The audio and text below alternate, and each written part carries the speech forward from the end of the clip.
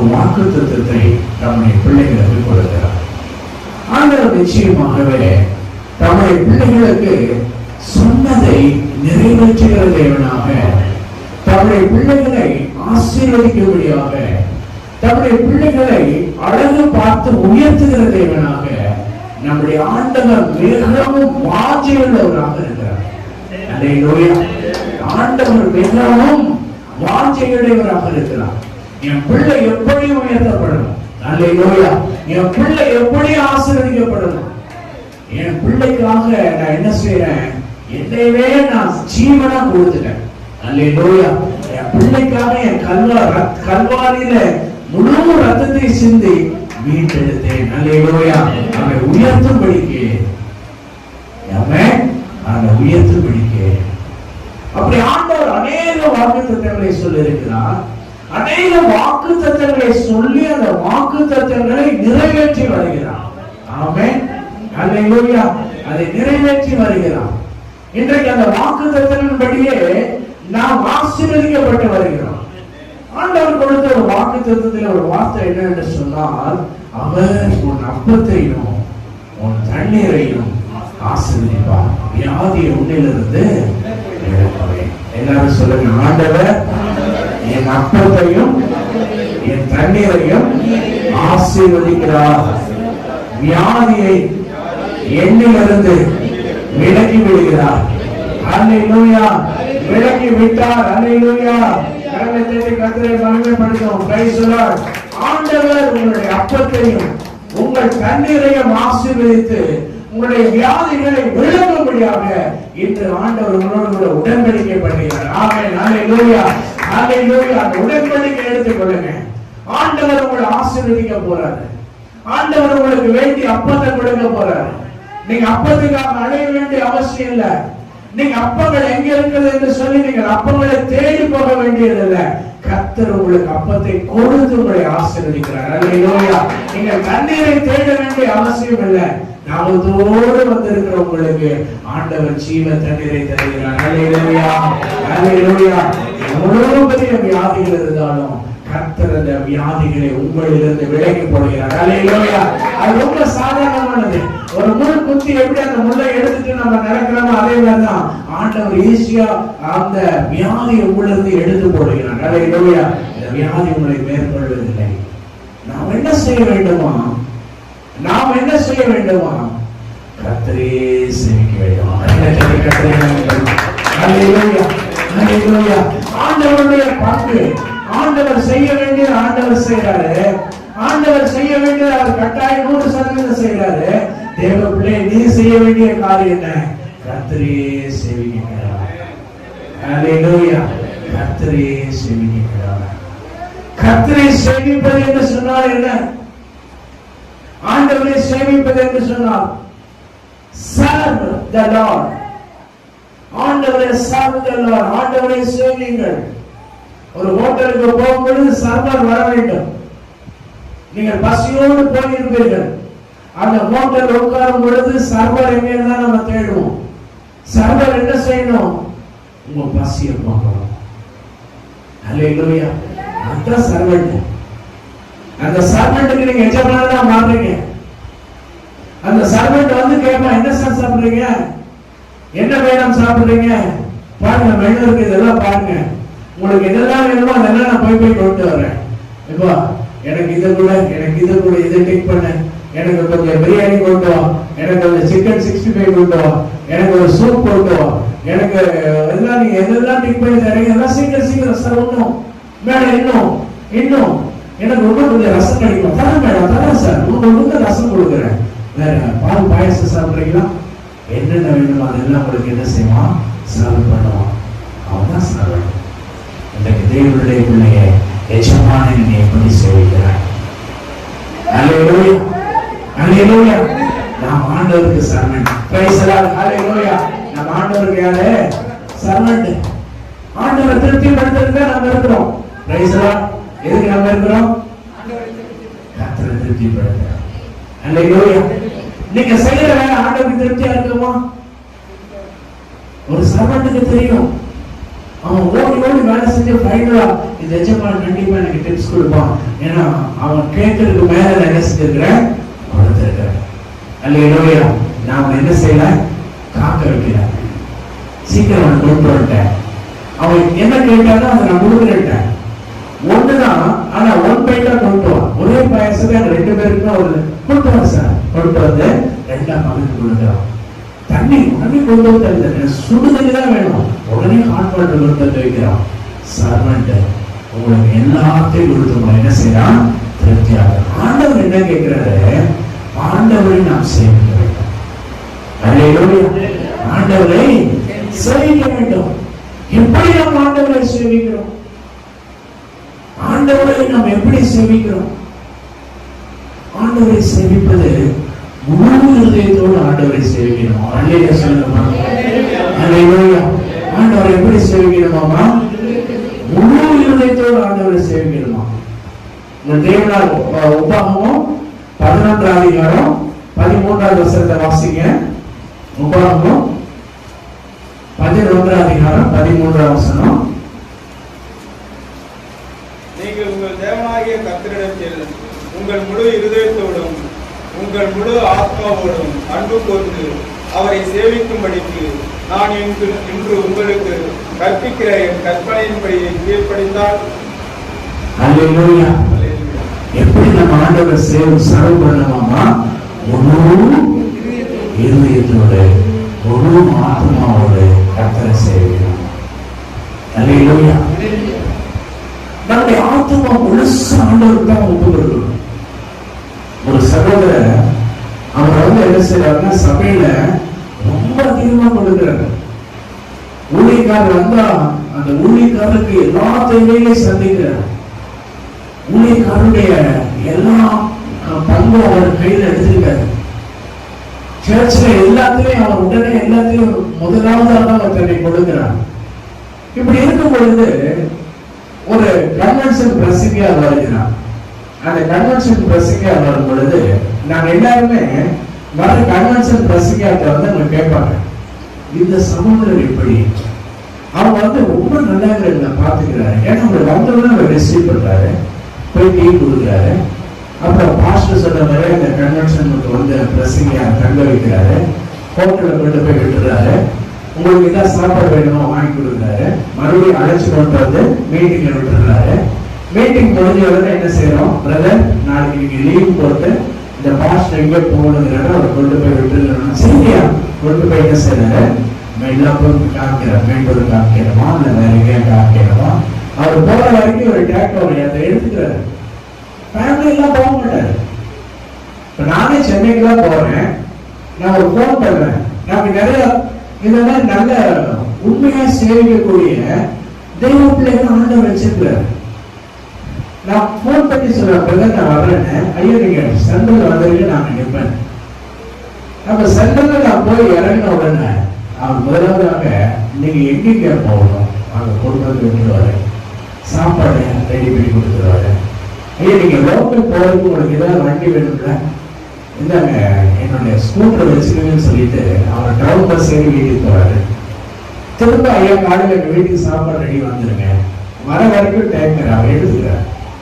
அப்புறம் கொடுத்தது என்ன செய்யறாரு, ட்ரெயின் வச்சு அனுப்பிடுறாரு. வந்தவுடனே போன் பண்ணி கேட்கிறாரு, சேஃபா வீட்டுக்கு போயிட்டுக்கலாம். இதெல்லாம் என்னது, உண்மையா சேவிக்கிற தெய்வ பிள்ளைகள், அப்படி ஆண்டவரை சேவிக்கிறவங்க. இதே போலதான் அந்த பிரசங்கியார் வந்து ஒரு சகோதரர் நல்லா சேவித்து என்னென்ன செய்யணுமோ அதெல்லாம் செய்யறார்.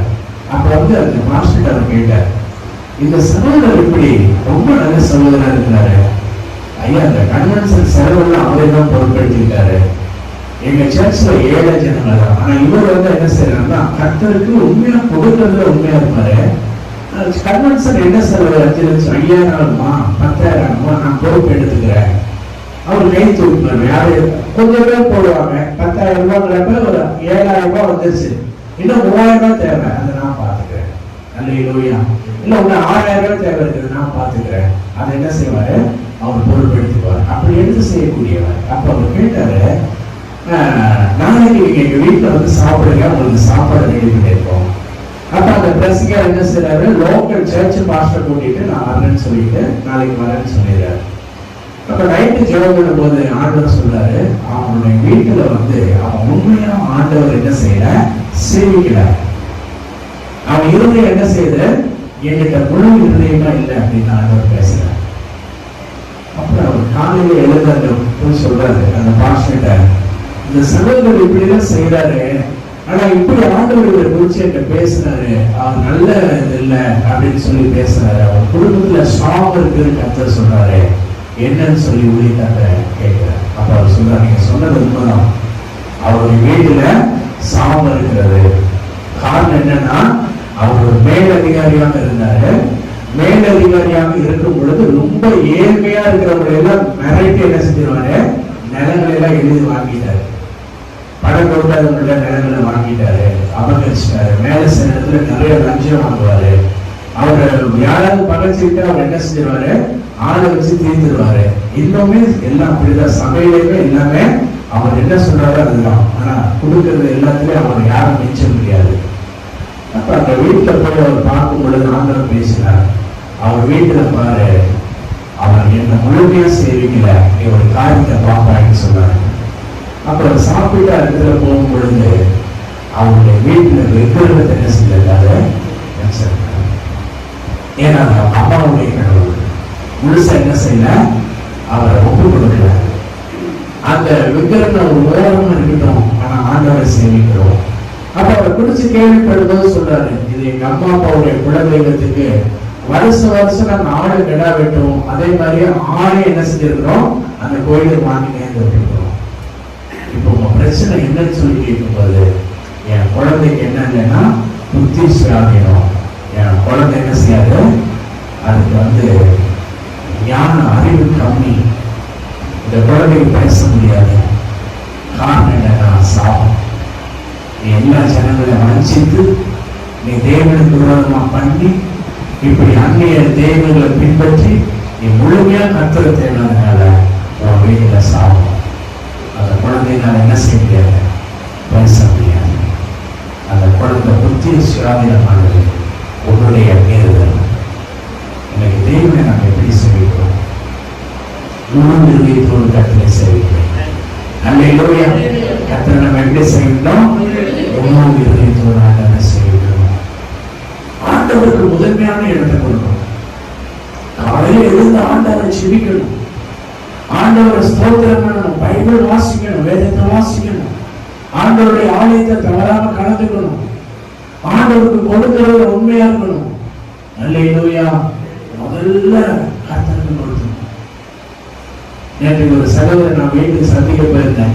நான் சந்திக்க போறதுக்கு முன்னாடியே அவர் என்ன செஞ்சாரு, அவருடைய காணிக்கை அனுப்பிட்டார். நிறைய பேர் அப்படி தேவனை உண்மையா சேவிக்கிறாங்க. அவர் வீட்டுல ஆசீர்வாதம் இருக்காரு. அல்லேலூயா.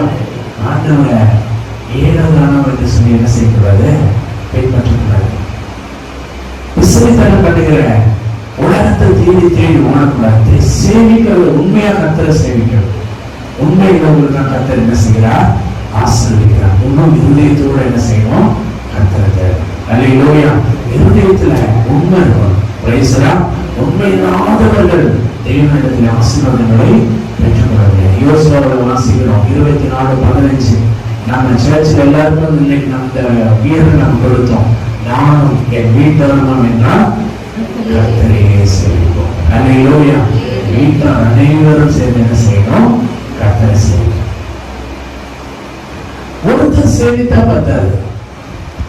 ஒருத்தர் நல்லா ஜெபம் பண்ணுவார், கணவன் நல்லா ஜெபம் பண்ணுவார், மனைவி சரியா ஆண்டவர் கேட்கல, அந்த வீட்டில் தேவ ஆசீர்வாதங்கள் இருக்காது. அந்த வீடு ஆண்டவருக்கு என்ன செய்யாது, முழுமையடையாது.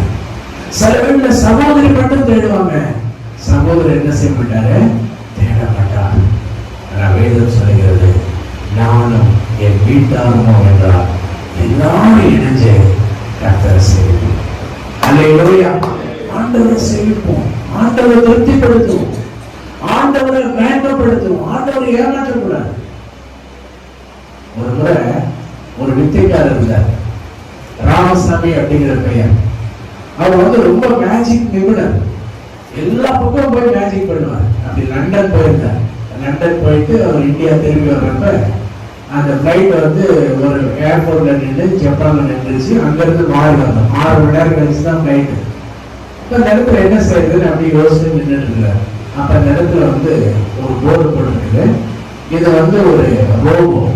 இந்த ரோபோவுக்கு வந்து ஒரு $10 போட்டால் போதும், உங்க மனசுல என்ன இருக்கோ அது எல்லாமே சொல்லிடுன்னு சொல்லி அது ஒரு போர்டு போட்டுருச்சு.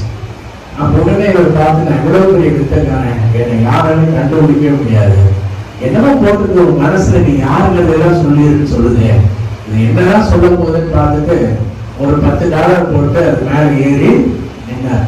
நின்ன உடனே அந்த கம்ப்யூட்டர் அப்படியே ஸ்கேன் பண்ணிட்டு அப்ப சொல்ல ஆரம்பிச்சு, உன் பேர் ராமசாமி, உனக்கு வயசு 50, நீ இந்தியாவில இருந்து லண்டன் போயிட்டு நீ வித்தையெல்லாம் காமிச்சிட்டு நீ திரும்பி வந்திருக்கிற.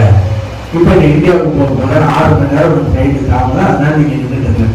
அவருக்கு ஆச்சரியம், என்னடா இப்படி நம்ம எல்லாத்தையும் சொல்லிடுச்சு, எப்படி இப்படி அப்படின்னு சொல்லிட்டு இதை நம்ம எப்படி ஏமாத்திடணும், நம்ம எவ்வளவு பெரிய ஆளு அப்படின்னு சொல்லி அவர் போய் என்ன செய்யறாருன்னா ஃபுல்லா வேஷம் போட்டுட்டு, இப்ப வந்து சருவோடு கிழவ மாதிரி ரொம்ப வயசான மாதிரி முகமெல்லாம் மேக்கப், கையில ஒரு கிட்ட வச்சிருப்பாரு, அந்த கிட்ட திறந்து எல்லாம் வேஷம் போட்டு இப்ப வந்து பயங்கரமான ஒரு கிழவ மாதிரி யாராலே கண்டுபிடிக்காத மாதிரி அப்படியே தட்டு தள்ளு மாதிரி தவழ்ந்து போய் என்ன செய்யறாரு, $10 போட்டு இப்போ மேலே ஏறி நிற்கிறார். இப்படி கண்டுபிடிப்பாங்க என்ன யாரு. ஒரு ரிலாக்ஸ் ஸ்கேன் பண்ணிட்டு திரும்ப, ராமசாமி நீ வந்து என்ன செஞ்சிருக்கிற, கிழமை வேஷம் போட்டு இப்படி வந்து மேலே ஏறி நிற்கிற, நீ வந்து ஃபிளைட்டுக்கு போகணும் அப்படின்னு என்ன செய்து ரிப்ளை பண்ணுது. அடே இது நம்ம எவ்வளவு பெரிய ஆள், எத்தனை பேரை ஏமாத்தி இருக்கிறோம், எந்த போய் நம்ம இதை இப்படி சொல்லிடுச்சேன். சரி உடனே மறுபடியும் வச்சுக்கலாம், கீழே இறங்கி போயிட்டு பாத்ரூம் போயிட்டார். பாத்ரூம் போய் ரொம்ப நேரம் மேக்கப் போட்டு சேலையெல்லாம் கட்டி பயங்கரமா லேடியா மாறி, பார்த்தா கண்டே பிடிக்காத மாதிரி அப்படியே மெதுவா அப்படியே கூலா எல்லாத்தையும் அடிச்சுட்டு கொடையை பிடிச்சிக்கிட்டு பயங்கர லேடியா மாதிரி, சுத்தமா அடையாளமே தெரியல, மூக்கு கீழு காது எல்லாத்தையும் மாத்திட்டாங்க.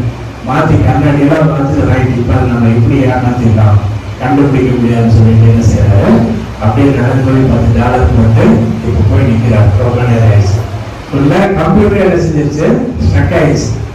அப்புறம் மறுபடியும் ஸ்கேன் பண்ணி சொல்லுது, டே ராமசாமி நீ போய் இப்ப லேடிஸ் வேஷம் போட்டு வந்து முன்னாடி நிக்கிற, நீ போக வேண்டிய பிளைட் ஒன்று விட்டு போயிடுச்சு, நீ மேக்கப் போட்டு நேரம் ஆனதுனால உன் பிளைட் போயிடுச்சு, அடுத்த பிளைட் வரைக்கும் 4 நாள் ஆகும், நீ 4 நாள் இங்கேயே தான் கிடக்கணும். ஐயோ பிளைட்டு போயிடுச்சான்னு சொல்லிட்டு 4 நாள் கேட்கலாம். இயேசுடைய வருகை அப்படிதான். அல்லேலூயா. ஆண்டவர் இயேசு வருகை வரும்போது ஏமாத்துறவங்க எல்லாம் கைவிட்டு போயிடும். அல்லேலூயா. ஒரு கிராமம் ஆண்டவர் சென்றார். நிறைய பேர் ஆண்டவருக்கு கொடுக்காம, இருதயத்தை கொடுக்காம, கத்தத்தை விருது உள்ளத்தை கொடுக்காம நிறைய பேர் ஆக்டிங் சர்ச்ல ஆக்ட் பண்றோம், ஏமாத்துறோம். குடும்பத்தில் உண்மையா இல்லை, மனைவிக்கு உண்மையா இல்லை, கணவனுக்கு உண்மையா இல்லை. இந்த ஆக்டிங் எல்லாம் ஆண்டவர் என்ன செல்லுபடியாக ஆண்டவருடைய வாழ்க்கையில ஆண்டவர் இயேசு யாரெல்லாம் அமைத்ததில்லையோ அவரை விட்டு விட்டு போய்விடுவார். அல்லேலூயா. கர்த்தரையே சேவிக்கிறது. அல்லேலூயா. நான் என் வீட்டார்கள் என்றால் கர்த்தரையே சேவிக்கிறார். அவங்க சமயத்தை நீங்க உண்மையா நீங்க சேவிச்சா ஆண்டவர் உண்மையா என்ன செய்வாரு, ஆசீர்வதிப்பார். உண்மையுள்ள மனிதன் பரிபூரண ஆசீர்வாதங்களை பெறுவான். நீங்க உண்மையா இருந்து பாருங்க, ஆண்டவர்கள் உண்மையை ஆசீர்வதிப்பார். கணவனத்துல தசமம், மனைவி தசமம் கொடுக்க முடியாது, பிள்ளைக்கு தசமம் கொடுக்க முடியாது. ஒருவேளை ஆண்டவர் வந்து ஒரு 100 ரூபாய் கொடுத்தா 10 ரூபாய் தசமம் கொடுக்க முடியும். 1 லட்சம் ரூபாய் கொடுத்தா 10,000 ரூபாய் கொடுக்கறதுக்கு மனசு வராது. ஒரு பொருத்தனை பண்ணாரு. ஒரு 2 மாடு குட்டி போட்டுருக்குது. அப்ப மனைவியில கிழவன் சொன்னாரு, இதை நம்ம கர்த்தருக்கு காணிக்க என்ன செஞ்சிடலாம், ஆலயத்துக்கு கொடுத்துடலாம். எந்த மாடு கொடுக்கலாம், வெள்ளை கொடுக்கலாமா சவளை கொடுக்கலாமா அப்படின்னு சொல்லி மனைவியில கேட்கிறாரு. 2 வளரட்டும். அந்த மனைவி அந்த அம்மாவுக்கு ஒரே குழப்பம், எதை கொடுக்கலாம், வெள்ளை கொடுக்கலாமா சவளை கொடுக்கலாமா. அப்ப அந்த கொடு 2 சரி கொஞ்ச நாள் கொடுங்க, 2மே வளரட்டும், அப்புறம் பார்த்து கொடுத்துடலான்னு சொல்லிட்டாங்க. நல்லா கொடு வளர்ந்து என்ன செஞ்சிருச்சு, 2 பெருசாயிடுச்சு. நல்லா கொடு 2 மாடு. அப்ப இவர் கணவன் வந்து எதை கொடுக்கிறது, வெள்ளை கொடுக்கலாமா சவளை கொடுக்கணும், இன்னும் கொஞ்ச நாள் போகட்டும், இன்னும் கொஞ்ச நாள் போகுது, அப்படியே கொடுக்கறதுக்கு என்ன செய்யல, அவருக்கு மனசு வரல, அப்படியே வச்சுட்டே இருக்காரு. திடீர்னு பார்த்தா என்ன செஞ்சிருச்சு, செவல மாடு செத்து போயிடுச்சு. ஒரு மாடு செத்துருச்சு, ஒரு மாடு தான் இருக்குது, வெள்ளை மாடு மட்டும் இருக்குது.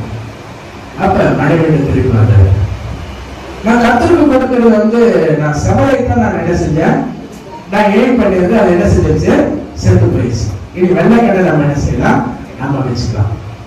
செவலை கண்ணை கர்த்தர் என்ன செஞ்சாரு, எழுதிட்டார். எப்படி கர்த்தர் எடுப்பாரு, அது கர்த்தர் எடுத்ததா, இவர் கொடுத்தாரு கர்த்தருக்கு, அது எப்படி ஆகும், இன்றைக்கு இப்படித்தான் ஆகும். தேவனுடைய சபைக்கு நம்ம தெரியாதனால வியாதி.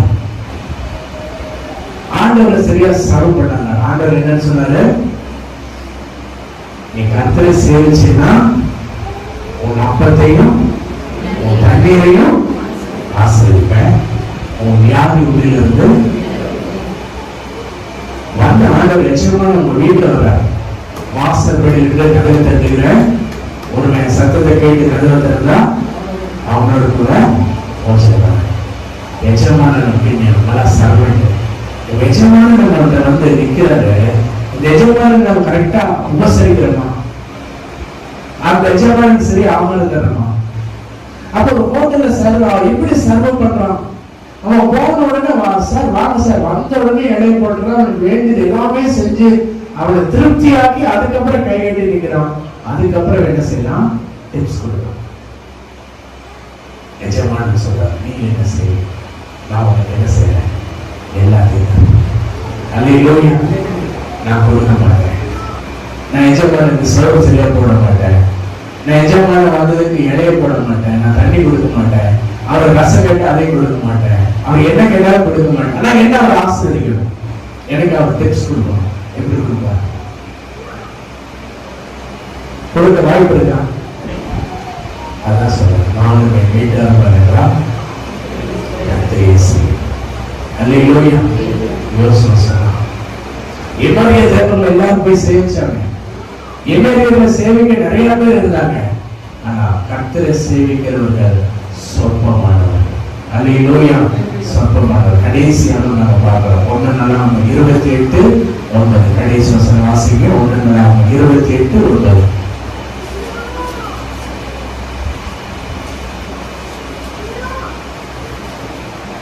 உத்தம இருதயத்தோடும் உற்சாக மனதோடும் கர்த்தரை சேவிக்க வேண்டும். அல்லேலூயா, உத்தம இருதயத்தோடும் உற்சாக மனதோடும் கர்த்தரை சேவிக்கணும். அப்ப இன்னைக்கு ஆண்டவரை நம்ம சேவிக்கிறதுல என்ன வேணும்னு கேட்டீங்கன்னா உற்சாகம் தேவை. ஆண்டவருக்கு வரும்போது உற்சாகமா வரும். ஆண்டவருடைய ஆழத்துல வரும்போது என்ன செய்யணும், உற்சாகமா வரும். தேவ சமூகத்துல ஜெபம் பண்ண போகும்போது உற்சாகமா போகணும். அந்த இடத்துல போகும்போது எந்த பிரச்சனையும் எடுத்துட்டு போகக்கூடாது. ஆபீஸ் காரியம், பிரஷர், டென்ஷன், மனுஷனுடைய எல்லாத்தையும் தூக்கி வீசிட்டு ஆண்டோட போகும்போது உற்சாகமா இன்னும் வாட்சியோடு ஏக்கத்தோட போய் அவருடைய சமூகத்துல தேடும். அப்ப தேடும் பொழுது கர்த்தர் அவங்களை ஆசீர்வதிக்கிறார். அல்லேலூயா, கர்த்தர் அவங்களை ஆசீர்வதிக்கிறார். ஆண்டவருடைய வார்த்தை சொல்கிறது, கர்த்தரை விட்டு நீங்க பின்வாங்கி போகல.